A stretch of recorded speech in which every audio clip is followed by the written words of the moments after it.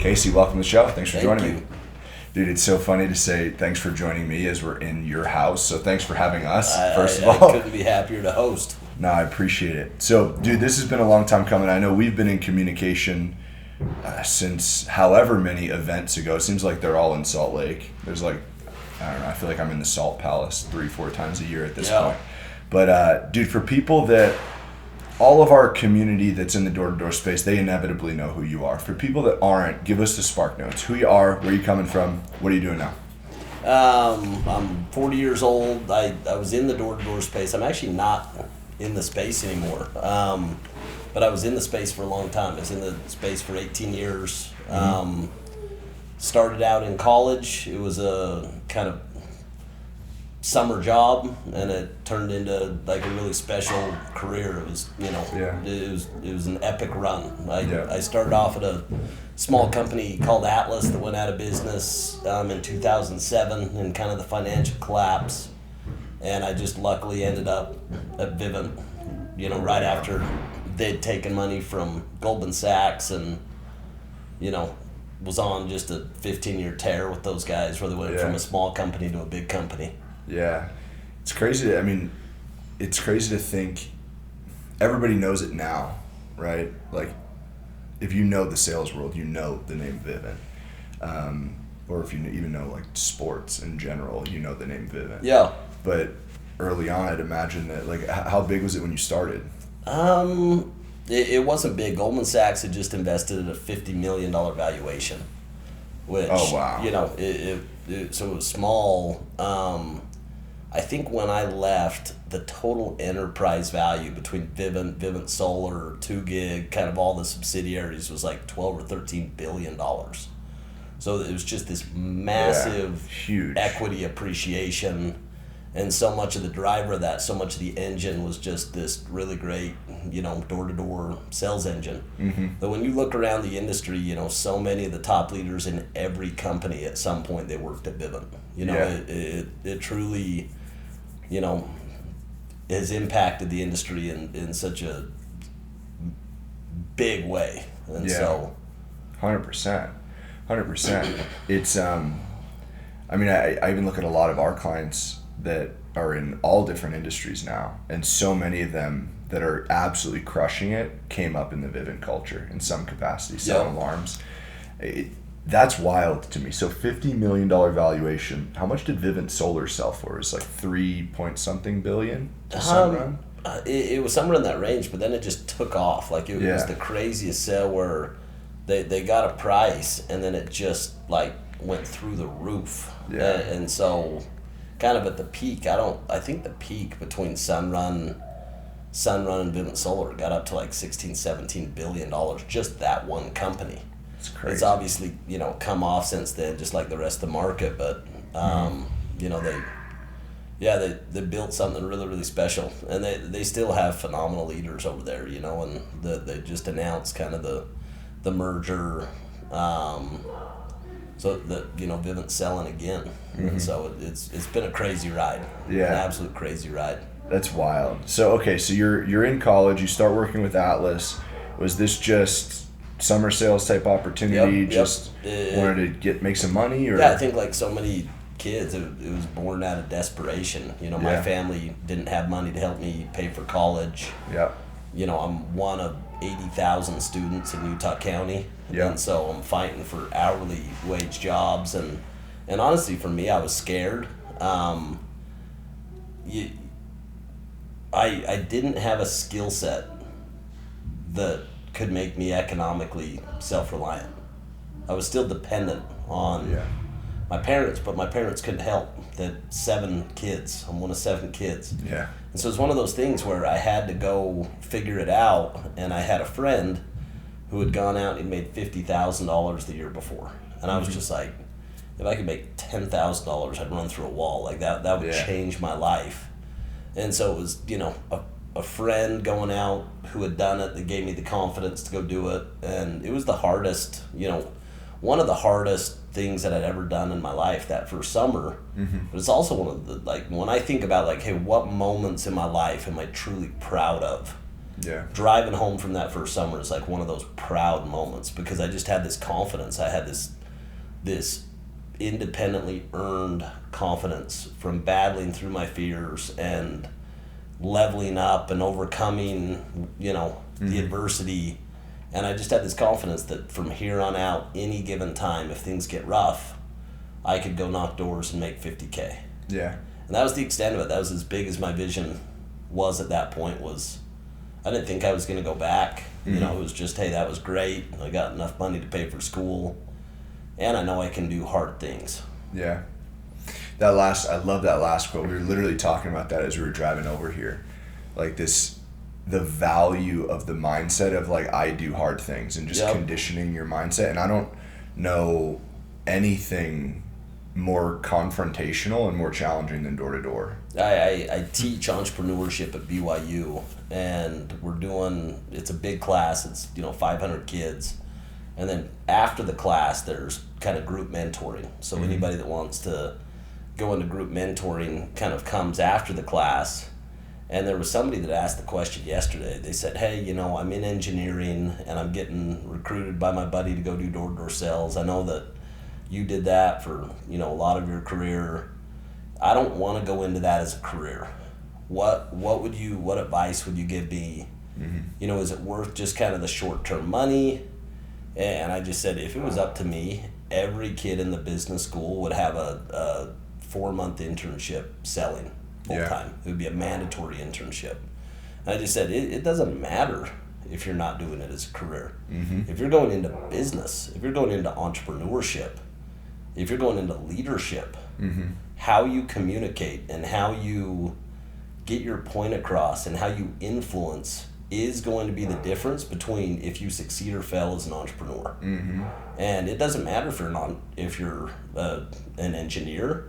You still need to go sell your ideas to the people on your team and to the marketplace. Yeah. And I just said, so the money isn't even the reason why I would have you go do it. I would have you go do it so that you can develop the skill to persuade and to communicate. It'll serve you for the rest of your life. And I really do feel that's the case. I remember there was a kid who came out and worked for me my second summer managing in Dallas. It was probably my fifth year in the industry. And we had a really great team that summer, and I had recruited him. I thought he would do extremely well. And he came out the first half of the summer and just really struggled. His name was Adam. And our team was doing well, and he was struggling to the point where halfway through the summer, I was like, I'm going to have to send him home because I don't think he's going to pick it up, and he's just not going to make any money this summer. And so we, kind of have Sunday sit down, and I'm going through it with him, and I said, hey, what are you thinking? And he said, yeah, I think I'm probably done. I said, awesome. He said, hey, just give me tonight. I want to think about it, and then I'll, come back and talk to you.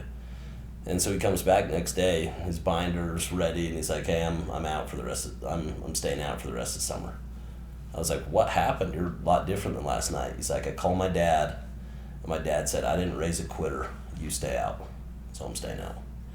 So I was like, wow, that's incredible. So he goes and crushes it. Like, there was just this mindset switch. I see him 7 or 8 years later. He just did that one summer, and didn't see him for 7 years. And he pulled me out of the crowd and basically just said, hey, I just want to let you know I am crushing it in my career. And he basically said, that summer that I sold is the difference for why I've succeeded, navigated, and kind of rose to the top in my career. And it was this, he didn't make much money that summer. Yeah. But the confidence that he got in saying, I'm going to go figure this out, and then staying with it until he figured it out. It was a crossroads in his life, and I've seen it thousands of times. And so for me, it's kind of spiritual, that whole process of, it's almost like becoming a man a little bit. Like, you have to go climb the mountain and slay the dragon. And, the people who rise up to the occasion, they get something that no one can take away from them ever. They just have this confidence. They just have this self-dignity that just, I can take care of myself. Yeah. And it's, you think about, what's the point of going to school? What's the whole point? And the point is to go get a marketable skill that the market will pay you for. Mm-hmm. You know, that's why you become an accountant. That's why you become a doctor, a dentist. You know, that's why you go do the education, is to get a skill that the market will pay for. And, you know, having that skill of being able to persuade, being able to goal set, and being able all the stuff that you guys teach, and to manage yourself, manage your own psychology. It doesn't matter what you go do in life. Like, those are human skills. Yeah. Those are success skills. They're not door-to-door skills. They're like human performance skills. Mm-hmm. And applied in that mechanism, or in that kind of model, they just, you know, it's really valuable to people. Yeah. It's there's a couple things that you hit on there that I really want to underline. And the first one is, I mean, obviously you have arguably the most experience in this space, but from the 255 plus interviews that we've done for this show, you notice some common trends and some common threads across like the most successful people. And what was really interesting was, and I started to notice this almost as we were niching into the door-to-door and direct sales space. Maybe it's the reticular activating system at work, but like the most common thread is some sort of direct sales and door-to-door sales experience. Yeah. And these are people that most of them have gone on to do completely different things. Yep. And they might not have even been successful in it, right? But earning their stripes, so to speak, they then take that and move that into multi-8-figure companies and 9-figure companies in radically different industries. So I think it's such a good opportunity for anyone to learn. The second thing that you said is essentially, I'm going to paraphrase it, but like everyone's in sales. Yep. And to be able to learn that skill set, like you might just be selling your coworker on where you're going to get lunch together, but you're selling. And we need to reevaluate that like this dirty S word to a lot of people. It's like arguably the most important skill set that you can have. I mean, 50% of marriages end in divorce. You know, like most businesses fail. 90+% of the businesses fail in the first 5 years, and so much of it has to do with not being able to either communicate to the market your value proposition, like, or internally being able to communicate in a way that's, you know, healthy. Yeah. And to be able to persuade, you know what I mean? To be able to listen and understand, and then to actually to be able to speak in a persuasive manner. I mean, these are just like success skills, and I just can't think of a way to develop those better than to deal with a tremendous amount of rejection. And to force yourself to go refine and to simplify your communication. Mm-hmm. What did your growth look like in the door-to-door space? Like, was it something that you were just had a knack for early on? Did you like need to get your teeth kicked in over and over again, and just like, how did your growth look? Because obviously you had a really long career in that space. Yeah, I mean, that's a super good question. I felt like I got my teeth kicked in really bad, specifically selling. Managing, I don't know what it was, I just dominated. Like, from the first time I did it, we just crushed it, and we never stopped crushing the whole time. But selling was hard. I still remember my third week, we were selling satellites, and I think we were making $80 a sale back then. I mean, you know, when I think about like what kids make selling now versus then, it's just crazy. Wild. But I remember being in my car. I sold 3 for the first time. It was my third week.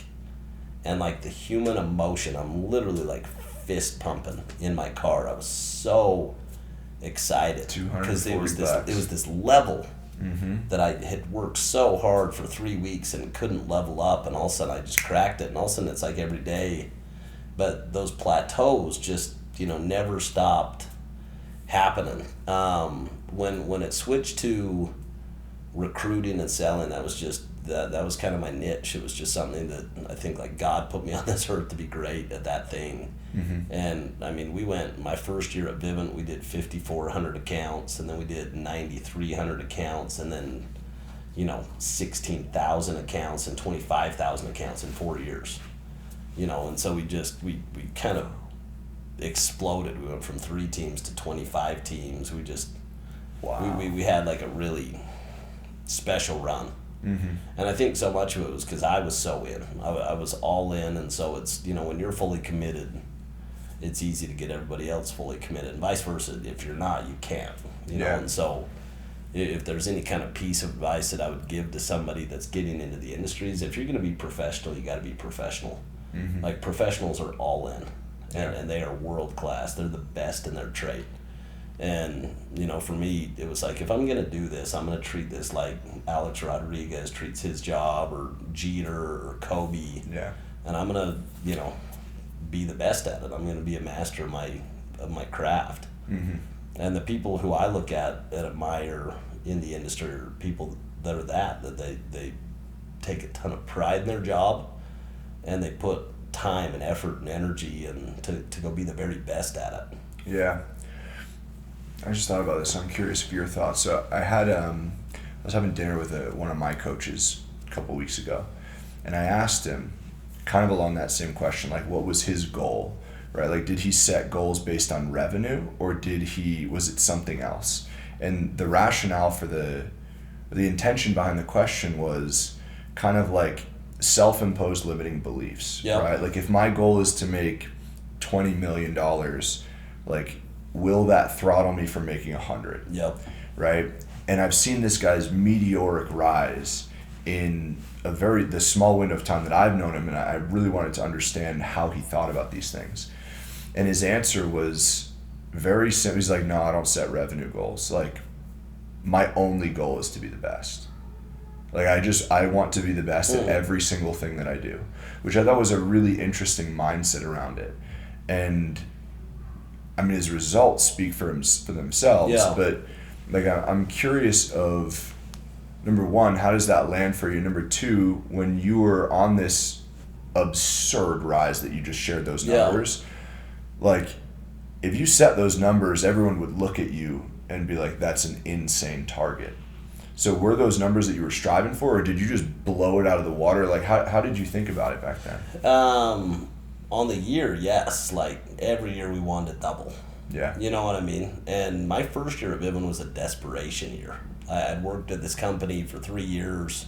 Company goes bankrupt. Nobody gets their paychecks.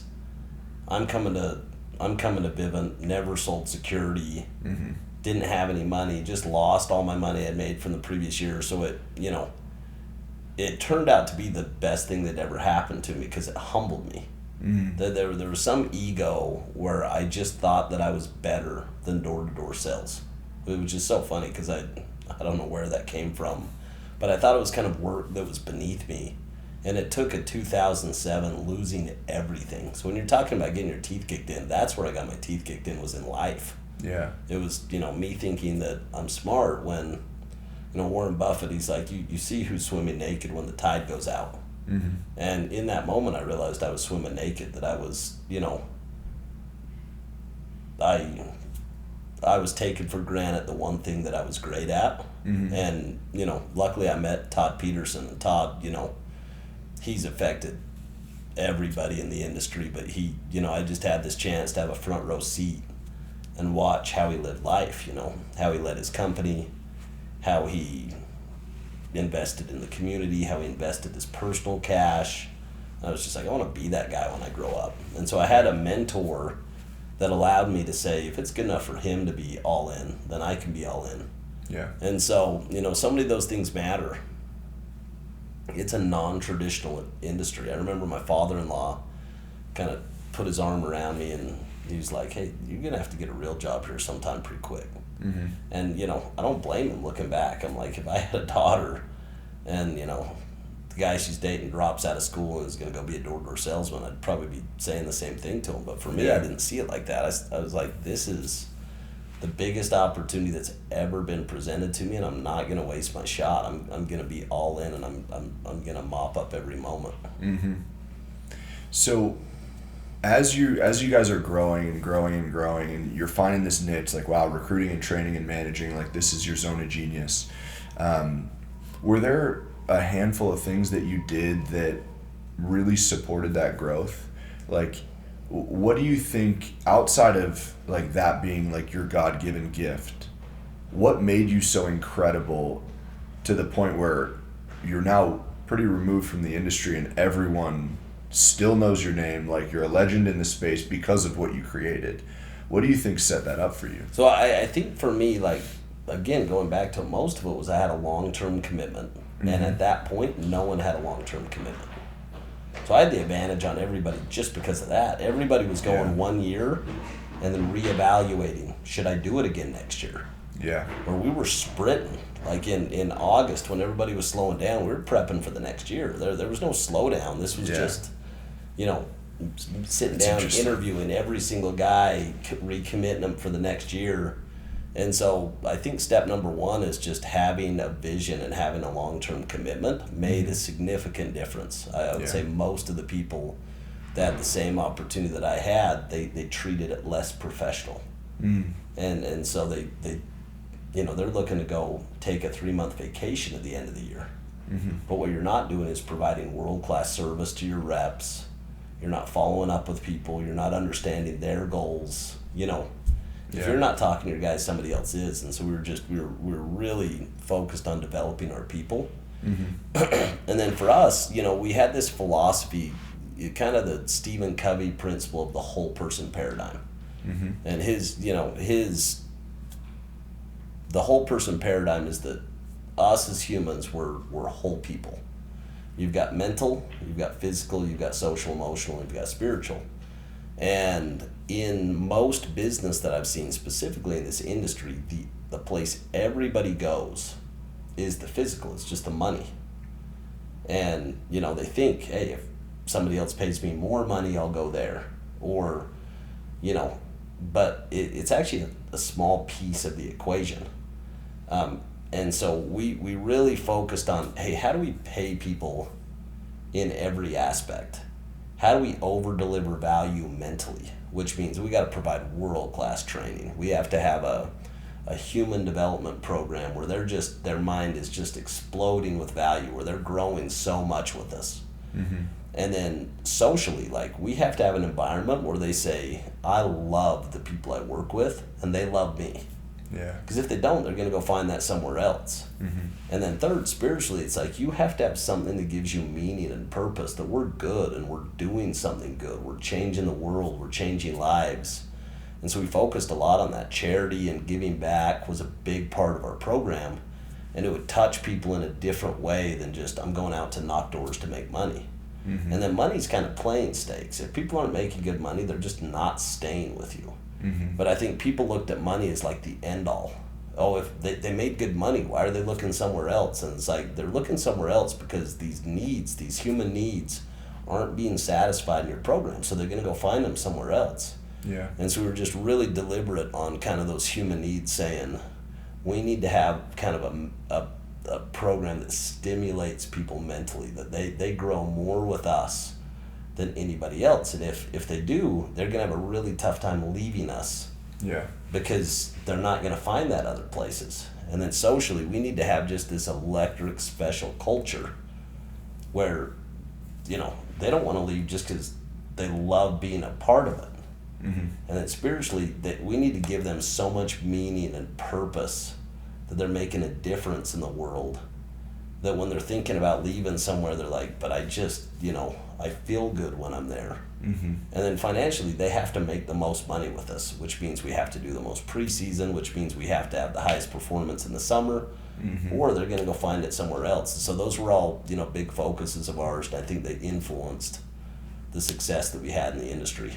Yeah, it's such a good point, and there's so many different pieces that I think, let's be real, it's sales, so most people only lead with that dollar sign. Yeah. And it's so short-sighted, and I see it. Completely short-sighted. Not just this industry, in life. Everywhere. You know what I mean? Yeah, 100%. 100%, because you're only looking at one metric, and you're shifting an entire trajectory of your career based on the one metric. And you create a culture where it's transactional. Yeah. It's like, I do this, you do this, and that's just not, that's not a place I want to work ever. I completely agree, and I love that there was like a philanthropic part of your tribe as well. Like that's one of the biggest things for me. I mean, we were talking about my buddy Cole Hatter before, like that's the whole ethos, right? Making money matter, building for-purpose companies, whatever it is. Our company's for purpose, and we have our charities that we partner with and do a lot of those things. And I've been talking to a lot of my buddies around this lately, and they talked about how their company went through the roof when the internal culture shifted from the sales organization being like, look at this deal I closed, to being able to quantify what the deal closed meant. Yeah. So like if it's, let's say for easy example, it's like feeding a certain number of children. Yeah. Well, that it's not like, oh, we just closed a $50,000 deal. It's, no, we just fed 500 kids in our charitable contributions. Yep. You know, and the whole energy of the entire organization shifts in that sales org when that happens. People want to be a part of something that's good. Yeah. Like I think people are good. Yeah. Like inherently they're good. Yeah. And they're drawn to it. You know, if you can create a company that's good, that does good, that creates value, that gives back, people are going to be drawn to it, you know, because I think as humans, we're just drawn to serve. Like we want it in our life, and when it's missing, we notice it's missing. Well, you know, sadness is it's the need to get, you know, that's when we're sad, and happiness is, you know, that spirit of giving. Like that's where we're fulfilled. It's when we're growing and when we're giving. I completely agree. That's going to be the part of the interview that I go back and listen to over and over again, because I'm like, wow, how can I get these other pieces built into our company? Yep. And for anyone running sales orgs, like, such good advice. It needs to be the whole circle, the whole person. I think that's so good. I would be remiss if I didn't ask you about Sunday planning, because I think it's the number one thing that I see you get tagged all over social media about. Talk to us about what that means to you before we jump out of here, because I want to be respectful of your time. You just got back into town. I appreciate you spending some time with so us, the Sunday planning, it's something I've done for 20 years. Like when I attribute kind of quality of life and net worth and success in business and happiness in marriage and relationship with God, you know, out of any habit or ritual that I have in my life, that is the habit and ritual. It's the highest leverage habit and ritual that I have in my life. And it's kind of, you know, in Stephen Covey's words, it's sharpening the saw. And it's having a deliberate habit and ritual of sharpening the saw, of going back to your, you know, things that matter, reviewing how you're doing, and setting new goals to go improve the next week and tracking it. You know, you can't win if you don't keep score. And so I just try to keep score, and that's all Sunday planning is. And so, you know, for me, it's a system that I've developed over 20 years, so it's very personal. Like I don't teach on it or coach it. You know, I train my guys on it, and so I get tagged on it just randomly. It's just kind of perpetual from stuff that I did in the past that people have kept that habit. You know, but for me, I'll wake up early on Sunday morning. I've got 5 kids. So I need to be up at 6 a.m., you know, so I'm up before, it's quiet. If it's distractions, I can't get into a flow state. I can't get into like really, you know, feeling, you know, what I did last week that mattered, and also what I want to do the next week. And then I've got a journal, and I've had journals for 20 years, so I could go back 10 years ago this week and see where I was at mentally, emotionally, like what I did that week. And so I'll write a 1-page summary of the previous week, and it's just a summary of outcomes: mental outcomes, physical outcomes, social outcomes, spiritual outcomes. It's just a 1-page summary of this is how I did last week. The good, the bad, and the ugly. So I'll do that, and then I'll write up my roles for the next week. And so for me, I've got personal roles and professional roles, you know, and they call them hats that you wear, and all of us have them. You know, I think a lot of people haven't identified them, but all of us have them. You know, I'm a dad, I'm a husband, I'm an athlete, I'm a scholar. For me, you know, I'm a disciple. And these are kind of personal roles that, you know, I identify as, hey, this is who I am. These are hats that I wear. And then professionally, you know, I've got my company, I've got my family office where I invest my money, I've got a fundraising hat, which is kind of a sales hat. And then I've got kind of a, network. So there's 4 roles, for me professionally. Mm-hmm. So I'll list those out, and then I'll write I'll ask myself the question each role: what's the most important thing that I could do this week in this role? As a husband, what's the most important thing? Mm-hmm. And list 2 or 3 things and just make sure they're in my schedule that week. And then as an athlete, what's the most important thing I could do this week? And as a scholar, what's the most important thing? And as a disciple, what's the most important thing? As a dad, what's the most important thing? And the principle, you've heard that story of big rocks. You're Mm-hmm. in the science class, and you've got all these different materials. You've got the sand, and you've got the pebbles, and you've got the big rocks, and you've got the water. And the challenge is to get them all in this big bowl. Mm-hmm. And all the kids try different, sequences of putting the ingredients in the bowl, and it just turns into a mess. And the answer is, the only way to make everything work is to put in the big rocks first. Mm-hmm. If you put in the big rocks first, and then the pebbles, and then the sand, and then the water, you can actually fit everything into your schedule. But if you put the other stuff first, the big rocks can't fit in. And the things that matter most can never be at the mercy of the things that matter least. Yeah. And so that's the whole purpose of Sunday planning, is for me to identify what are the things that matter most, and then I schedule them. I just take them from that to my schedule, and I put them in. And it's not a big piece of my time. It's 20% of my time. Mm-hmm. But it's that Pareto principle that the 20% of your activities give you 80% of your results. Yeah. And so I'm just, a little bit obsessed with making sure that 20% gets in my schedule. And by doing that, I can be really inefficient with the rest of my week. I can actually waste a lot of time and still be extremely effective. Yeah. If I have the most important stuff scheduled. And I've done it for 20 years, and it's been life-changing for me. And it's just kind of, for people who do it, it'd be life-changing for them. It's just it's kind of guaranteed. It's a law.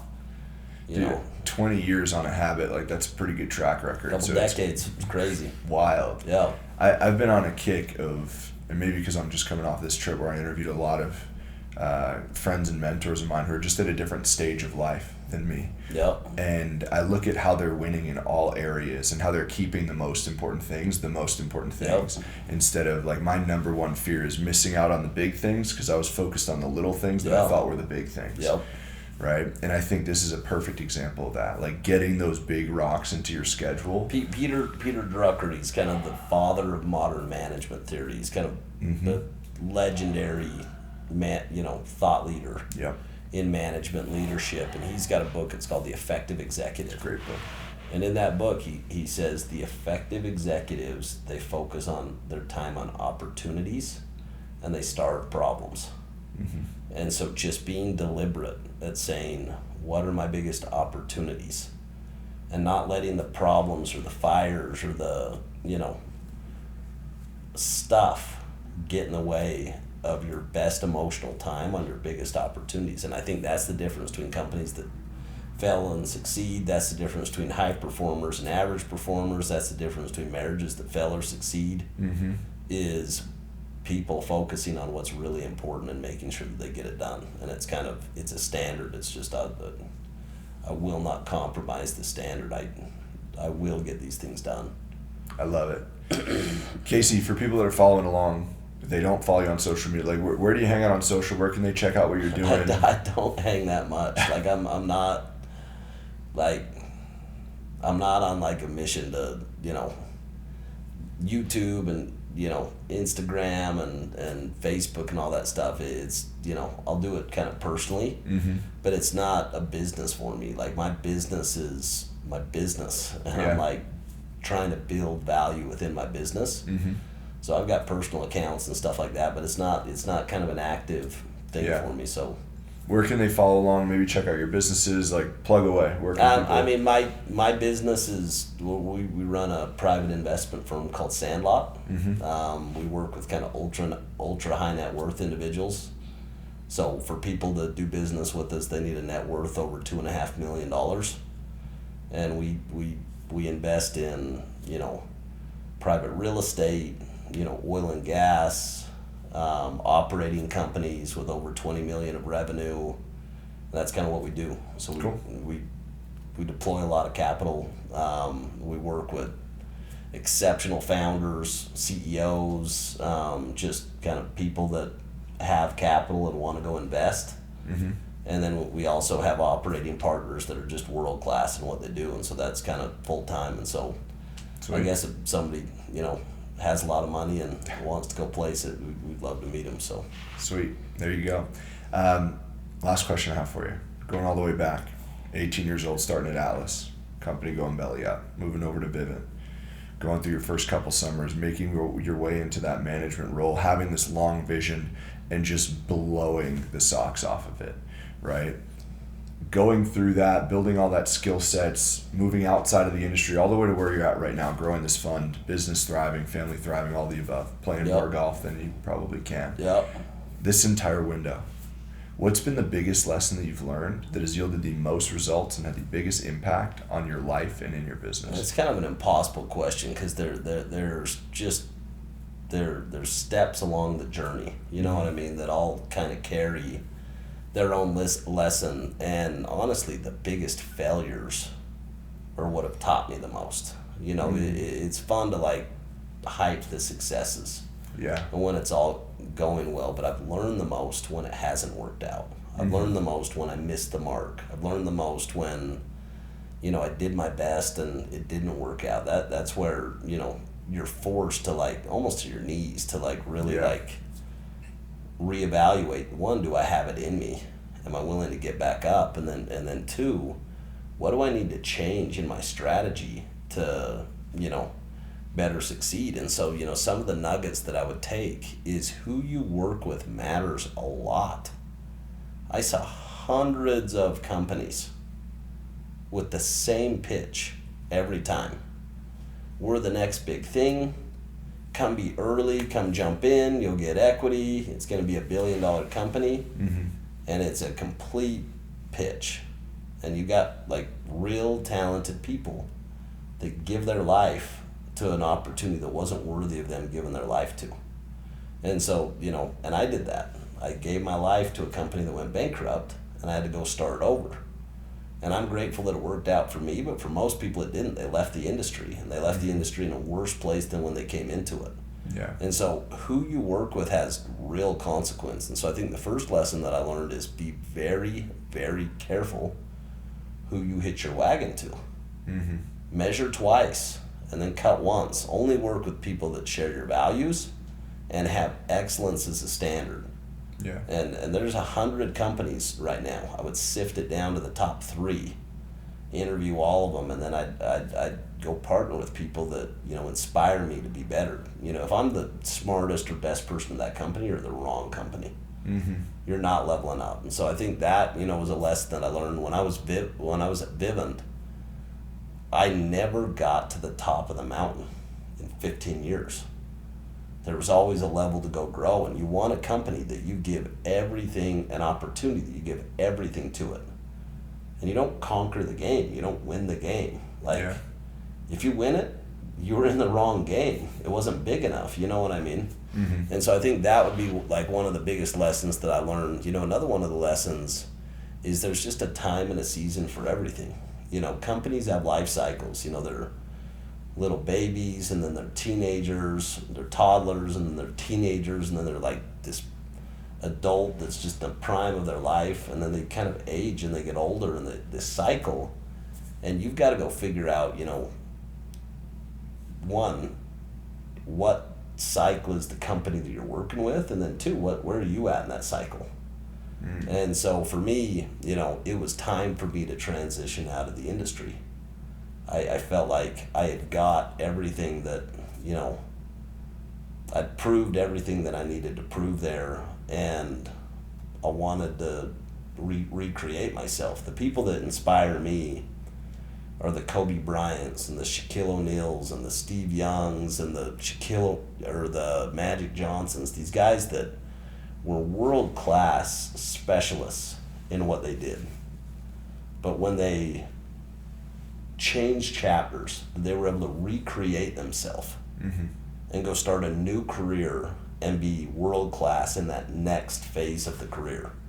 I didn't want to be a one-hit wonder. I didn't want to be Uncle Rico. But when you look back and, talking about throwing the football over the mountain, I wanted door-to-door sales in my time at Vivint to just be this beautiful chapter in the book and not the book. And, it has been. And so, for me, I feel like my best days are in the future, not in the past. I feel like all of that stuff was a stepping stone to prepare me to go be the man that I need to be for that next challenge. And I think when I've seen people get stuck, or when I've seen people that aren't progressing, it's because they lose sight of why they're really doing it. They get to a level of earnings or a level of performance, and then they stop progressing. And the reality is you're going to be happy when you're growing and when you're serving. And if you're not doing those two things, you're not going to be fulfilled, regardless of how much money you're making. How many of us know people that make a lot of money and hate their job? Yep. And I'm like, life's too short. We get one life to live. All of us know friends who passed away way too early. And your job, the profession that you give your life to, that's where you're going to spend 90% of your time. So business is a spiritual game. Business isn't a job. This is where you change the world. The people that you work with, you have a chance to change their life. And so it's not casual. You gotta have this passion and this purpose every step along the journey. And if you don't have that, you need to leave. You need to go find it, because life's too short to be in a spot where you're not growing and you're not fully giving the tools and gifts that God gave you. So anyway, that's kind of that's my learnings from 20 years in the space, is that you get out exactly what you put in and not an ounce more. And I wanted, when I left that industry, to have zero regrets, that I'd given I'd done my best. And when I look back at those years, they're special years. Yeah. And they're special because I bled for them, I gave my heart and my soul to it, and that's why it means something to you. You get pride when you do hard things. Self-esteem comes from pride from doing something significant. And if you lack self-esteem, it's because you're not doing hard things, you're not challenging yourself, you're not keeping commitments to yourself.